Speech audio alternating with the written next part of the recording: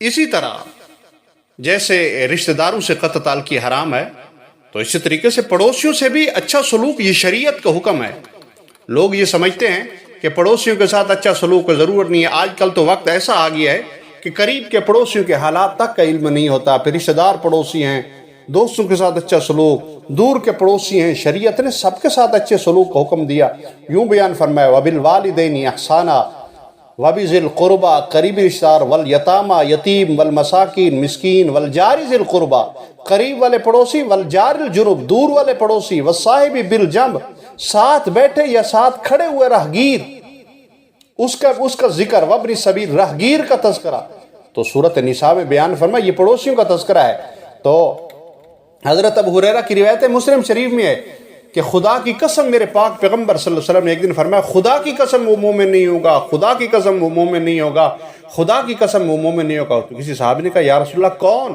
فرمایا وہ شخص، آپ صلی اللہ علیہ وسلم فرمایا وہ شخص جس کا پڑوسی اس کی شرارتوں سے بے خوف نہ ہو، وہ مومن نہیں ہو سکتا۔ اماں فرماتی ہیں حضرت حضور صلی اللہ علیہ وسلم نے فرمایا حضرت جبریل ہمیشہ تشریف لاتے، ما زال جبریل یوصینی، جبریل مسلسل مجھے یہ وصیت کرتے، مجھے خطرہ ہوتا پڑوسی کے بارے میں کہ مجھے گمان ہونے لگا کہ انہو سیورثہ، ان قریب یہ پڑوسی کے وراثت کا حکم آ کے کہیں گے کہ اس کو وراثت میں بھی حق دو۔ کہتے ہیں اتنی تاکید جبریل علیہ السلام پڑوسی کے بارے میں کہہ رہے ہیں۔ امام غزالی فرماتے ہیں پڑوسی کو حق صرف یہ نہیں ہے کہ ان کو تکلیف نہ دی جائے، ان کا یہ بھی حق ہے ان کی تکلیف کو برداشت کیا جائے۔ انسان پہ لازم ہے پڑوسیوں کی تکلیف رسانی پر صبر کرے، چاہے اس کا پڑوسی کافر ہی کیوں نہ ہو۔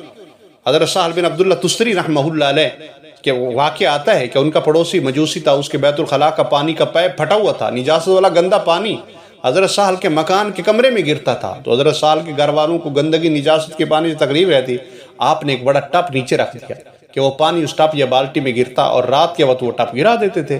اس طرح روزانہ مجوسی پڑوسی کے بیت الخلاء کی گندگی بالٹی میں جمع ہوتی رہتی، اور بغیر اس کو بتائے حضرت سہل ان کے گھر والے برداشت کرتے، رات کے وقت باہر پھینک دیتے۔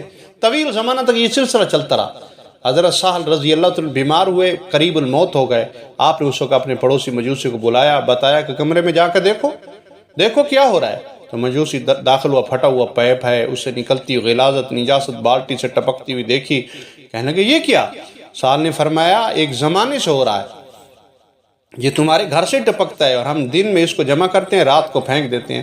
اگر یہ خطرہ نہ ہوتا کہ شاید میری اجل قریب آ چکی ہے، مجھے خوف ہے شاید میرے بعد آنے والے لوگ اتنے وسیع اخلاق کے نہ ہوں، وہ مجھے اور اس چیز کو وہ برداشت نہ کر سکے میری طرح، تو میں نے قبل از وقت آپ کو بتا دینا مناسب سمجھا۔ اس بات کا خطرہ نہ ہوتا آپ کو نہ بتاتا، اب جو تیری مرضی ہے وہ کرو۔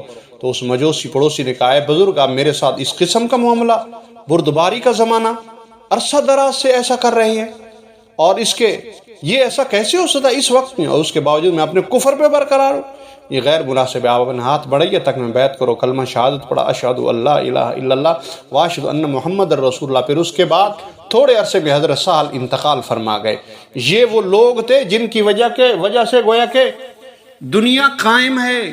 آج رشتے توڑنے والے ملیں گے، پڑوسیوں کو توڑنے والے ملیں گے، پڑوسیوں کو تکلیف دینے والے ملیں گے، لیکن جوڑنے والے لوگ بہت کم ہیں جو ملیں گے۔ اور اس طریقے سے اور بھی ناحق قتل کا گناہ ہے، یہ بھی لوگوں نے اپنے سر پہ لیا ہے۔ اسی طریقے سے ایک اہم چیز جو آج کے دور میں چل رہی ہے، اور اس کو شاید نوجوان نسل گناہ بھی نہیں سمجھتی، حالانکہ گناہ چھوٹا ہے یا بڑا ہے، یہ تو اعمال نامے سامنے کر دیے جائیں گے نا، انسان کو سارا کا سارا پتہ چل جائے گا میں کس کام میں چل رہا ہوں، میں کیسا تھا۔ چھوٹے موٹے گناہ یعنی صغیرہ گناہ تو اعمال کی برکت سے دھل جاتے ہیں، لیکن کبیرہ گناہ یہ خالص توبہ کی وجہ سے معاف ہوں گے، اور جن کو توبہ کے موقع ہی نہ ملے تو ان کا کیا بنے گا، جو توبہ نہ کر سکے۔ تو لوگ عموماً یہ سمجھتے ہیں نوجوان کہ خودکشی کر لی، جان چھڑا لی، گئے، اور اس کو غصے میں آ کر عجیب کرے، اور اس کو بیان کرنے چاہیے۔ آج کے حالات میں اس کا کثرت سے وقوع ہونے لگ گئی ہے۔ حضرت ابو ہریرہ کہتا ہے رسول اللہ صلی اللہ علیہ وسلم نے فرمایا جس شخص نے اپنے آپ کو پہاڑ سے گرا کر خودکشی کر لی، وہ شخص ہمیشہ دوزخ میں گرایا جائے گا اور وہاں ہمیشہ رہے گا، کبھی اس سے نہیں نکلے گا۔ جو شخص زہر پی کر خودکشی کرے گا، اس کا زہر اس کے ہاتھ میں ہوگا جس سے وہ دوزخ کی آگ میں پیے گا، وہ دوزخ میں ہمیشہ ہمیشہ رہے گا، کبھی نہیں نکلے گا۔ جس نے لوہے کے کسی ہتھیار چھری وغیرہ سے اپنے آپ کو مارا، اس کا وہ ہتھیار دوزخ کی آگ میں اس کے ہاتھ ہوگا، جس کو اپنے پیٹ میں چبھوئے گا، دوزخ میں رہے گا، کبھی نہیں نکلے گا۔ تفسیر ذخیرۃ الجنان میں شیخ سرفراز خان صفدر رحمہ اللہ نے لکھا ہے، اپنے آپ کو بچاؤ، لا تقتلوا انفسکم، اپنے آپ کو قتل نہ کرو، انہ کان بکم رحیما، یقین مانو اللہ تمہارے اوپر مہربان ہے۔ لا تلقوا بیدکم الی التہلکہ، اپنے آپ کو ہلاکت میں نہ ڈالو۔ شیخ صاحب رحمہ اللہ نے لکھا ہے، خودکشی کرنے والا جیسا گناہ کرتا ہے قیامت کے دن اسی حال میں لایا جائے گا۔ میرے پاک پیغمبر صلی اللہ علیہ وسلم کے بارے میں آتا ہے، ابو داؤد شریف کی روایت ہے، جابر بن سمرہ بیان کرتے ہیں، آپ کا ارشاد گرامی ہے کہ میرے پاک پیغمبر سے خدمت جنازہ لایا گیا جس نے تیز دھار ہتھیار سے اپنے آپ کو قتل کر لیا تھا۔ آپ نے اس کی نماز جنازہ نہیں پڑھی، اور اہل علم کا اتفاق ہے امام وقت نیک لوگوں کو خودکشی کرنے والے کے جنازے میں شریک نہیں ہونا چاہیے۔ بتا عام لوگ اس کا جنازہ پڑھا کے دفن کر دیں، یہ بڑی عجیب حیت ہے۔ لوگ اس روش پہ چل پڑے۔ حضرت جابر کہتے ہیں جناب رسول اللہ صلی اللہ علیہ وسلم ہجرت کر کے مدینہ تشریف لائے، طفیل بن عمر دوسی رضی اللہ عنہ ہجرت کر کے میرے پاک پیغمبر کے ساتھ آ گئے، ان کے ساتھ ان کے قبیلے کے ایک اور شخص نے بھی ہجرت کی۔ اتفاق سے وہ شخص مدینہ میں بیمار ہو گئے۔ جب مرض نے شدت اختیار کی تو اسے صبر نہ ہو سکا، اس نے تیر کا پیکان یعنی تیر کا پھالا لے کر اپنی انگلیوں کے جوڑ کاٹ ڈالے۔ اس کی وجہ سے اس کے دونوں ہاتھوں سے اتنا خون جاری ہوا کہ وہ مر گیا۔